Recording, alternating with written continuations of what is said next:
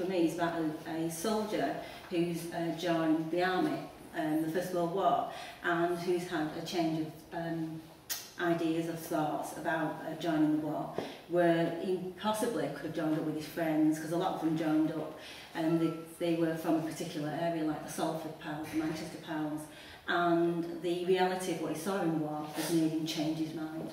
I think I'd agree with that in the sense that it is about the reality of war, and showing that reality is something very different. And I'd be linking that, when I look at it, I link that to this idea of patriotism. That was the thing that made him join up. And that's the thing that sort of launches him into battle at the beginning, but ultimately that fails him when faced with reality. I think the lies that they were told about human honour and human dignity are hitting him really hard now as he faces the reality of it. He becomes almost more human, doesn't he, rather than like a tool at the beginning. And we realise his humanity, I think. And also you can feel that emotional train of thought that he's going through, the bombardment of what's happening in battle with the gunfire and that sense of fear, and we're made to sense his fear as well with the language that is being used. Definitely, yeah. I mean, there is sort of, it does, like you said, it does change throughout, which reflects that message of realisation of the reality of war and what it was really like. You get a sense of his helplessness as though he's been thrown into this situation, that he's suddenly woken up in the middle of it, having not expected it to be like this, and that really he's questioning suddenly how he's got there and what sort of twist of fate has thrown him into this situation. And suddenly the reality makes everything else seem like some sort of dream or illusion that fooled him. There's that pause in the middle, like the middle stanza is that moment of realisation, isn't it, where he literally stops and begins to question everything. And also as well, looking at the imagery that is included in the poem, it's a sense of he doesn't want to be there anymore. He's had enough. It's as if he doesn't know where he's running, but he's trying to run and get as far away from these bullets that are coming at him as possible, really. Well, that's it. I think, like you said at the beginning, I mean, it starts off, suddenly he awoke and was running. We're almost put in the same situation as him, as the reader. We're thrown into it. We're not quite sure what the poem's about or what's happening, so we almost reflect that in our reading of it. And there's a sense now that he's on autopilot, that he just reacts to the whistles being blown or to the commands being given without actually giving it any thought. And the first line, suddenly he woke and was running, that could almost literally be true, that the whistle blew as he was dozing in the trench and suddenly they had to run. And he's just reacting to the situation. You know, he's not in control of it and doesn't have any say in how it will end up. Okay, in the first line, first stanza, the poet starts off with the third person pronoun he, which he uses throughout the poem. Normally you associate the third person with being detached, but as we go through each stanza, it makes us more aware of this person, this nameless soldier, and we become more sympathetic to what's going on in this battle, and also fearful what's going to happen to him, because he surely will die with all this bombardment of shots being fired at him, and in a sense we empathise with this situation. So at first it starts off as being detached, but slowly and gradually through the poem it becomes more emotional. Yeah, I think we see, like you're saying, although it's strange that it's written sort of in the third person, it's a very personal response. But perhaps by using the third person, they've tried to do that to emphasise the fact that this is not just one young man's experience. It will be perfectly applicable to all the other young men in that very similar situation. A more universal thing. Exactly. I think what also helps to create empathy in the reader, though, is the use of sensory language throughout, because right from the beginning you've got this description of his uniform as raw seamed hot khaki, so you've got a sensory description that emphasises the physical discomfort there, and throughout the poem you've got words like dazzled with rifle fire, which again gives a very sort of striking visual image. And I think that also helps to create empathy in the reader, because it helps the reader to imagine how it feels to be there and how it looks and how it sounds. To me as well, I agree with the point you're making. The adjective raw on the first line, it has for me a double meaning. It could be that this is a new soldier that's enjoying the army, so it's inexperienced, and then when it's repeated again on the second line, could be relating to how the uniform was hastily made, so they could join the war and wear this particular uniform.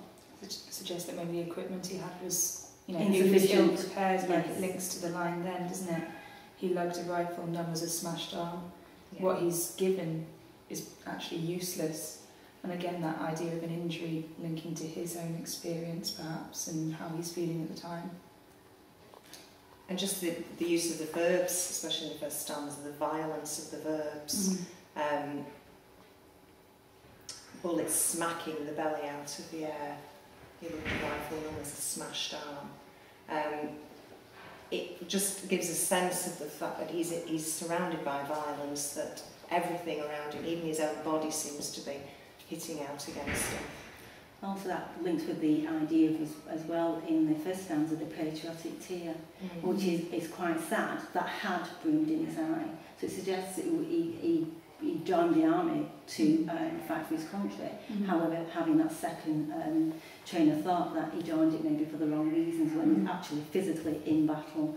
And it mentions sweating like molten iron, so it's something that hurts, that is painful to him, and he clearly doesn't want to be in this particular situation, but there's no way forward, there's no way out. And you can sense that panic inside of him and that fear that he's going through as he races on in battle. And that helps to engage the reader, because you could imagine that pain welling up inside you. Moving back to the line that you just picked out, of the patriotic tear that brimmed in his eye, I take that almost like as a metaphor for patriotism, almost physically blinding him. He couldn't see.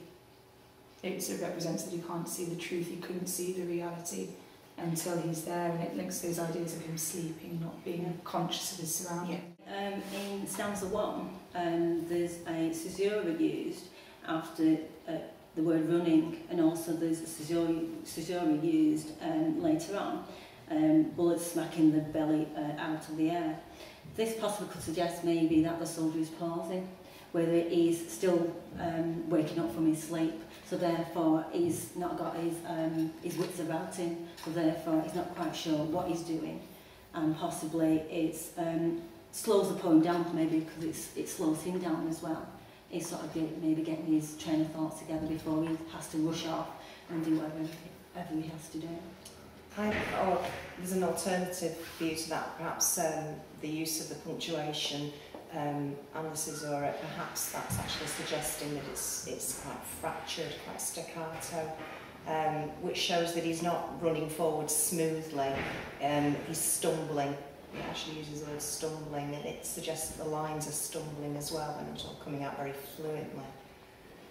It's almost a little bit like one of the other poems in Belfast, Confetti. They use a lot of punctuation throughout that. So again, I think for either one of those views, it could reference that fragmentation, like the shells going off around him, perhaps. Also, it adds to his confusion as well. Yeah. Because it does keep moving. I mean, we have that very brief pause in the second stanza in bewilderment, then he almost stopped. But then he has to keep going, and I think that's emphasised by the enjambment at the end of the second stanza, then the shot slash furrows through upper yellow hair. It's just relentless. He has to keep moving.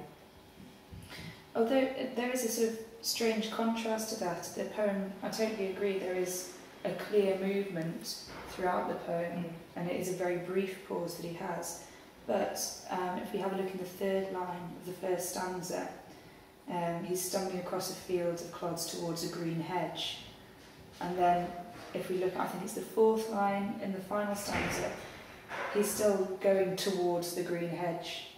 It's almost like there's all this movement that's emphasised, but he never actually makes any progress. It's almost like he's running on the spot. Exactly. So, I mean, it could be taken literally about how difficult it was to make progress across no man's land. Yeah, and probably at the other side of the green hedge could be his death as well. Well, exactly. But I mean, we could take it as in this patriotism, this propaganda and whatever's encouraged them to go to war is not actually progressive in any sense. They're not achieving anything. Is that linked to the idea of conflict where war does not achieve anything? Exactly, yeah, I think so. And therefore, these young men that joined up really didn't know the reality of war.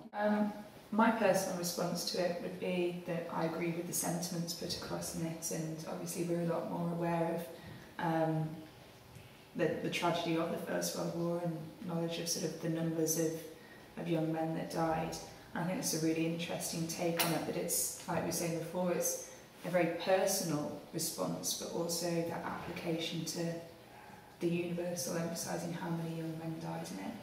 I don't know what other people's responses It would be. also, I totally agree with you, it also emphasises the futility of war, the pointlessness of war, where these young men are being led to the death, to the slaughter basically, and also it emphasises as well that they were immature, they were naive, and weren't really aware of what they were actually doing until they were in the middle of the battle, and then it was too late. It was too late to turn back. I find it quite a moving poem, and when you bear in mind that Ted Hughes wasn't born till 1930, it still has that feel of somebody who understands and who can really imagine what it was like to be there, because obviously he's writing from his imagination, from survivor stories. But it does compare well with some of the Wilfred Owen poems, in that it still gives that strong sense of the horror and the brutality of what it was really like.